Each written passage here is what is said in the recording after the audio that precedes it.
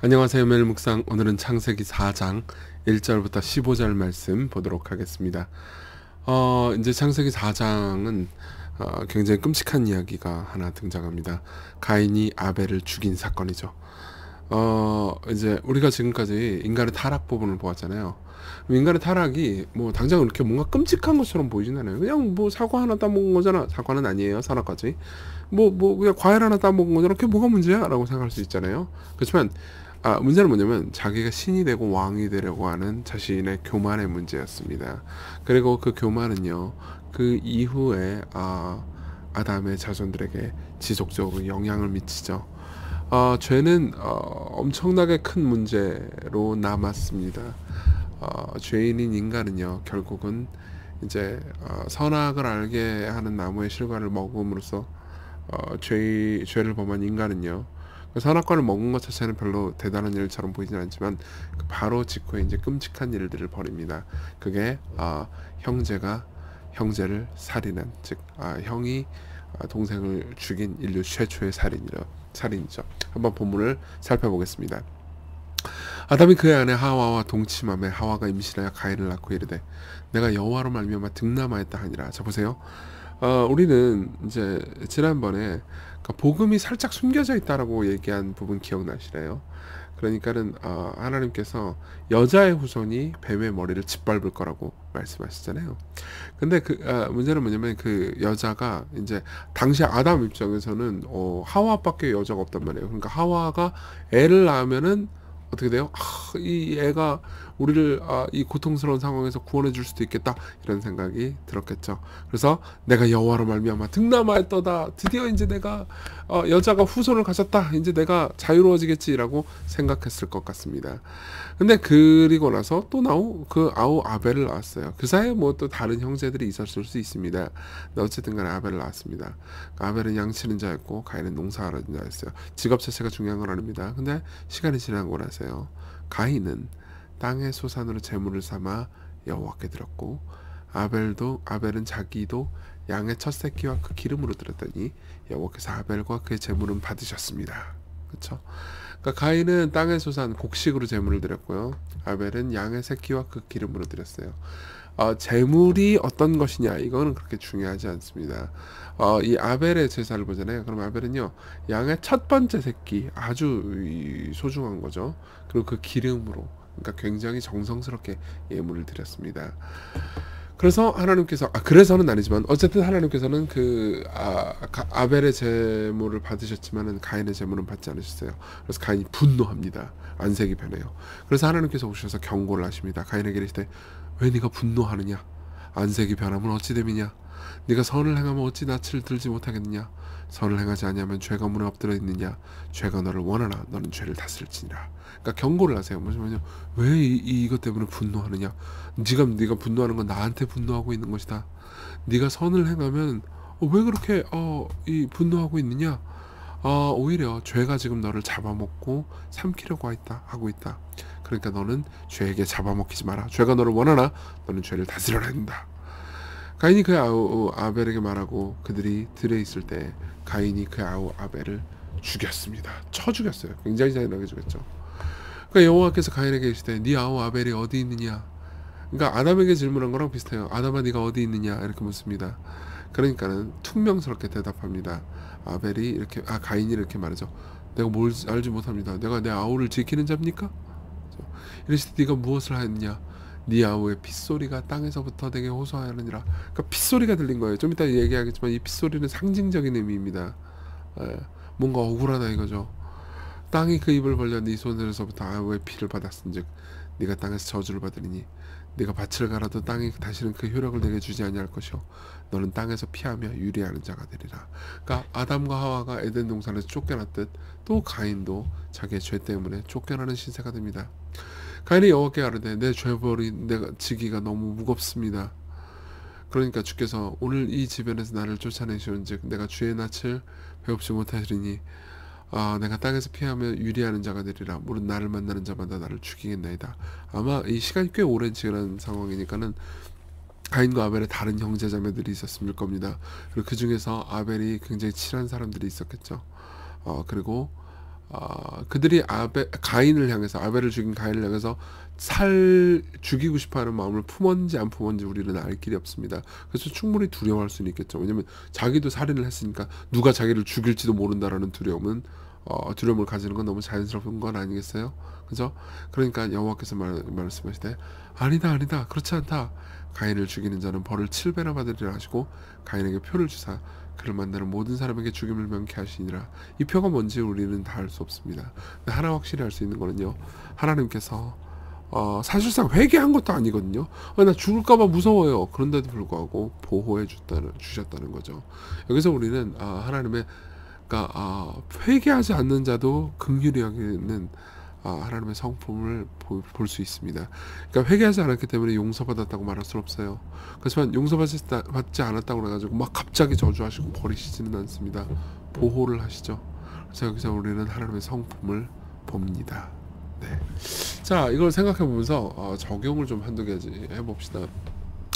첫째로는 진정한 예배입니다. 우리는 궁금할 수 있습니다. 왜 아벨의 제사는 받으시는데 가인의 제사는 받지 않으셨죠? 거기에 대해서 히브리서는 이렇게 말합니다. 믿음으로 아벨은 가인보다 더 나은 제사를 하나님께 드림으로 의로운 자라 하시는 증거를 얻었으니 하나님은 그 예물에 대해서 증언하심이라. 그가 죽었으나 그 믿음으로 지금도 말하느니라. 자, 믿음으로 드렸다는 게 뭘 의미할까요? 믿음으로 드렸다는 것은 항상 하나님의 은혜에 대한 기쁜 반응을 의미합니다. 억지로나 인색함으로가 아닌 거죠. 가인이 아까 제물을 드렸을 때는 억지로 드렸습니다. 사실 하나님께서 가인에게 제물을 드려라 이렇게 말씀하신 적도 없어요. 근데 그냥 드렸습니다. 예. 그리고 가인은 마음속 깊은 곳에서 이렇게 생각했을 겁니다. 내가 이 제물을 드리니까 하나님은 나를 받아줘야 돼. 내가 이 제물을 드리니까 하나님이 나한테 뭔가 잘해줘야 돼. 복을 줘야 돼. 근데 아벨은요, 기쁨으로 드린 것 같습니다. 왜 그렇죠? 양의 첫 새끼 가장 좋은 것과 기름으로 드렸거든요. 그러니까 이거를 우리가 하나님께서 제물을 드릴 때, 예배를 드릴 때 정성스럽게 하면 하나님께서 받아주신다 이런 의미가 아닙니다. 오히려 진짜 하나님의 사랑과 은혜에 감사하게 되면은 어떻게 대충 예배를 할 수 있겠습니까? 기쁨과 정성과 사랑으로 예배할 수 있지 않겠어요? 근데 보세요, 한 명은 마지못해 제사합니다. 한 명은 기쁨과 사랑으로 제사합니다. 그러면은 아니, 이 마지못해 하는 제사를 하나님께서 받아주셔야 될 의무가 하나님께 있습니까? 아니죠. 제사 드리려고 한 적도 없어요. 근데 지 혼자 제사 드리고 안 받아줬다고 지 혼자 삐진 거예요. 예. 그래서 브루스 월키는 이렇게 얘기합니다. 구약학자예요. 가인의 죄는 명목주의다. 그는 종교적으로 보이지만 사실 그의 마음은 전혀 하나님을 의지하지 않으며 어린아이와 같지 않고 감사로 충만하지 않다. 아벨은 그랬습니다. 아벨은 기쁨과 감사로 충만했습니다. 근데 가인은요, 아벨과 경쟁하기 위해, 아벨에게 더 낫다고 인정받기 위해서 억지로 제물을 드린 거죠. 그렇지만 아벨은 하나님의 은혜와 사랑에 대한 기쁜 반응으로 제물을 드린 겁니다. 자, 보십시오. 우리가 드려야 되는 진짜 예배는 바로 이런 겁니다. 여러분들은 왜 예배를 드리십니까? 어쩌면은 이런 분들도 계실지 모르겠습니다. 그러니까 주일날 예배 안 나오면은 하나님께서 나를 치시거나 저주하지 않으실까? 여러분, 그렇지 않아요. 그런 식으로 예배를 드리는 것이 하나님을 기쁘시게 하지 못합니다. 생각해보세요. 여러분들에게 무언가 잘해주는 사람이 억지로나 두려워서 여러분들에게 잘해준다고 해보세요. 오히려 여러분 싫지 않으세요? 그렇죠? 여러분들을 사랑하기 때문에, 기뻐하기 때문에 여러분들에게 무언가를 줄 때 여러분들은 만족스럽지 않겠습니까? 마찬가지예요. 진정한 예배는요, 하나님을 기뻐하면서 예배하는 것입니다. 둘째로 더 나은 아벨 예수님 얘기를 하겠습니다. 아까 우리가 이 본문을 볼 때요, 10절에 보면 네가 무엇을 했느냐? 네 아우의 핏소리가 땅에서부터 내게 호소하느니라. 피가 소리를 지른다라는 얘기가 나오죠. 자, 히브리서도 똑같은 얘기를 해요. 히브리서 12장 24절은 예수님에 대해서 새 언약의 중보자이신 예수와 및 아벨의 피보다 더 나은 것을, 그 다음 뭐라고 돼 있어요? 말하는 뿌린 피니라. 보세요. 아벨의 피도 땅에 떨어졌을 때 어떻게 돼요? 피가 소리를 질렀다고 말하죠. 이건 은유적인 표현이에요. 예수님도 피도요, 말하는 뿌린 피라고 말합니다. 소리를 낸다는 말이에요. 그러니까 이 말은 뭐냐면 이 피가 가지고 있는 증언이 있다는 거예요. 둘 다 이거를 은유적으로 표현한 겁니다. 근데 아벨은 예수님하고 되게 비슷해요. 둘 다 시기심 때문에 죽임을 당했습니다. 예수님도 바리새인들의 시기심 때문에, 질투 때문에 죽임을 당했죠. 그리고 예수님의 피와 아벨의 피 모두 공의를 호소하는 피였습니다. 아벨의 피는 이거죠. 나는 잘못한 게 없는데 저놈, 저 내 형 가인이 나를 쳐서 죽였습니다. 난 너무 억울합니다. 하나님, 가인을 처벌하셔서 이 나의 억울함을 풀어주십시오. 이렇게 말하는 피예요. 그렇지만 예수님은 다릅니다. 여러분, 예수님 뭐라고 말합니까? 내가 저들을 위해서 죽었습니다. 나는 잘못한 게 전혀 없고, 아벨도 잘못한 게 없죠. 예수님도 잘못한 게 전혀 없고, 나는 그냥 당신을 예배하며 살았지만 나는 지금 저주와 진노와 고통을 당합니다. 나는 십자가에 못 박혀서 피를 뚝뚝이 아니고 철철 흘리고 있습니다. 그렇죠? 그렇지만 그 피는 뭐라고 말합니까? 아벨은 가인을 처벌하소서라고 말하는 대신 예수님의 피는요, 내가 대신 처벌을 받았습니다. 저들을 용서해 주십시오. 저들을 용서해 주십시오. 나를 믿는 자들을 용서해 주십시오. 이렇게 말합니다. 그분이 더 위대한 아벨 아닙니까? 그분이 더 위대하고 아름다운 아벨 아닙니까? 이 아벨을 여러분들은 알고 계십니까? 우리 같이 기도합시다. 맹목적이고 형식적인 예배를 제가 드리고 있었던 거 아닐까요? 예, 제가 삶에서 하나님께 예배할 때, 특히 주일날 예배할 때, 기도할 때 감사와 즐거움으로 하나님 예배하는 마음 달라고 아벨의 예배를 우리가 드리게 해달라고 기도합시다. 그리고 우리를 위해서 더 낫게 말하는 뿌린 피, 예수님의 피를 의지합니다. 제가 당신을 그동안은 의지했는데 예배로 당신을 조종하려고 들었는데, 가인이 그랬어요. 가인은 막 화를 냅니다. 내가 왜 예배를 드렸는데 안 받아주는 거야? 그럼 화를 내는 거죠. 예배를 드리면 하나님께서 받아주는 것이 그분의 의무고 내 권리라고 생각했던 겁니다. 예. 그건 뭐예요? 사실 하나님을 예배한 게 아니고 하나님을 조종하려고 했던 거죠. 그렇죠? 그런 마음 가지지 않게 해주시고 당신과 사람들을 사랑하게 해달라고 간절히 기도합시다.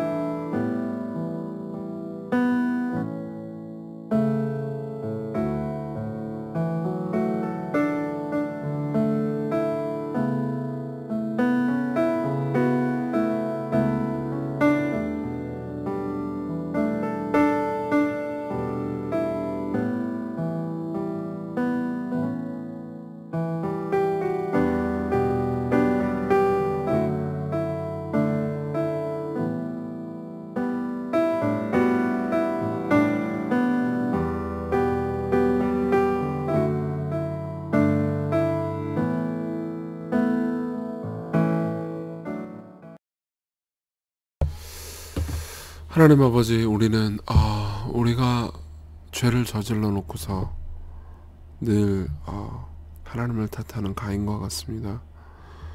우리는 종종 예배하지만 예배를 자기의 의로 삼습니다. 우리를 불쌍히 여겨주십시오. 가인과 같은 자도 아주 버리지 않으시고 보호해 주시는 하나님의 자비를 깨닫게 해주십시오. 그리고 우리를 위해서 더 낫게 말하는 피를 뿌리신, 우리를 대속하신 예수님의 사랑과 은혜 안에서 당신을 진정으로 예배하는 매일을 살게 해주셔서 예수님 이름으로 기도했습니다. 아멘. 네, 오늘 하나님을 기쁘게 예배하는 하루 되셨으면 좋겠습니다.